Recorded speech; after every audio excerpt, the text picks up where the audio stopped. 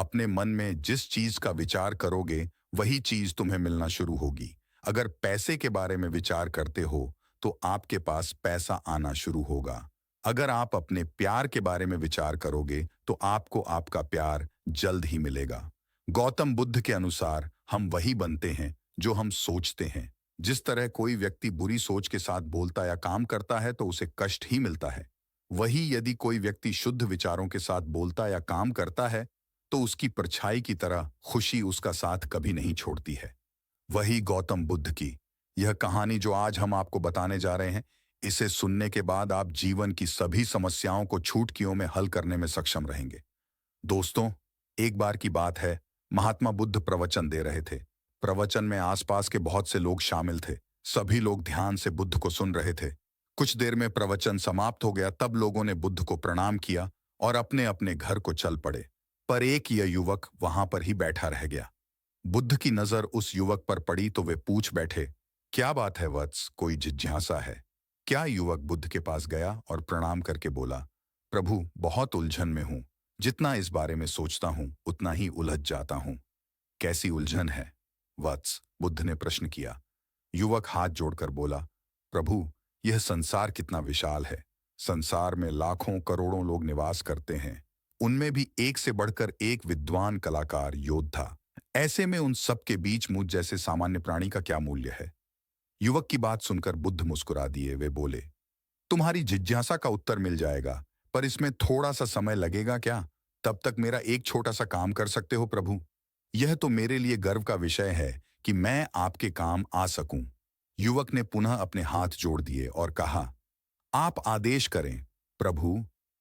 बुद्ध ने युवक को एक चमकीला पत्थर देते हुए कहा, तुम्हें इस पत्थर का मूल्य पता करना है, पर ध्यान रहे, इसे बेचना नहीं है, सिर्फ इसका मूल्य पता करना है। जैसी आज्ञा प्रभु। ऐसा कहते हुए युवक ने बुद्ध से वह पत्थर ले लिया।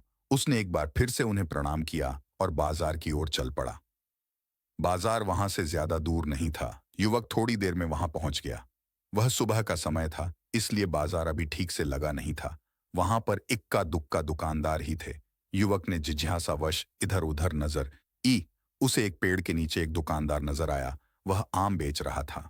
युवक उस दुकानदार के पास पहुंचा और उसे पत्थर दिखाते हुए बोला, क्या आप इस पत्थर की कीमत बता सकते हैं? दुकानदार एक चालाक व्यक्ति था।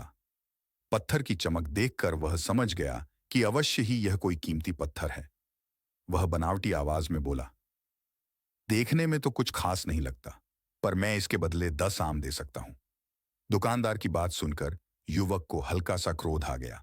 वह मन ही मन बुदायर समझता है, इतना सुंदर पत्थर और इसका मूल्य सिर्फ 10 आम। अवश्य ही यह झूठ बोल रहा है। युवक को चुप देखकर दुकानदार बोल उठा, क्या कहते हो, निकालूं आम? पर युवक ने दुकानदार को कोई जवाब नहीं दिया। वह चुपचाप आगे बढ़ गया। सामने एक सब्जी वाला अपनी दुकान सजा रहा था। युवक उसके पास पहुंचा और उसे पत्थर दिखाते हुए उसका मूल्य पूछा। उस पत्थर को देखकर सब्जी वाले की आंखें खुशी से चमक उठी। वह मन ही मन सोचने लगा, यह पत्थर तो बहुत कीमती जान पड़ता है। अगर यह मुझे मिल जाए तो मजा ही आ जाए। क्या हुआ भाई, कहाँ खो गए? युवक ने दुकानदार की तंद्रा तोड़ी। सब्जी वाला चौंकता हुआ बोला, कुछ नहीं कुछ नहीं, मैं तो बस मन ही मन इसकी कीमत की गणना कर रहा था। वैसे मैं इस पत्थर के बदले 1 बोरी आलू दे सकता हूं। सब्जी वाले के चेहरे की कुटिलता देखकर युवक समझ गया कि यह दुकानदार भी मुझे मूर्ख बना रहा है। मुझे किसी और से इसका मूल्य पता करना चाहिए। यह सोचता हुआ युवक आगे बढ़ गया। सब्जी वाले दुकानदार ने युवक को पीछे से आवाज लगाई, क्या हुआ भाई? अगर आपको यह मूल्य कम लग रहा है तो बताएं तो सही, मैं इसे बढ़ा दूंगा। पर युवक ने उसकी बात पर ध्यान नहीं दिया।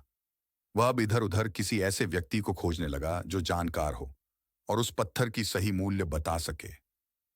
युवक को लग रहा था कि अवश्य ही यह कोई कीमती पत्थर है, शायद कोई जौहरी। इसका सही मूल्य बता सा ये सोचता हुआ युवक एक जौहरी की दुकान पर पहुंचा। जौहरी अपनी दुकान को अभी खोल ही रहा था। उसने युवक को अपनी दुकान की ओर आते हुए दूर से देख लिया था। साथ ही उसने युवक का हुलिया देखकर यह भी भांप लिया था कि यह कोई गरीब व्यक्ति है जो संभवतः कोई गहना बेचने आया होगा।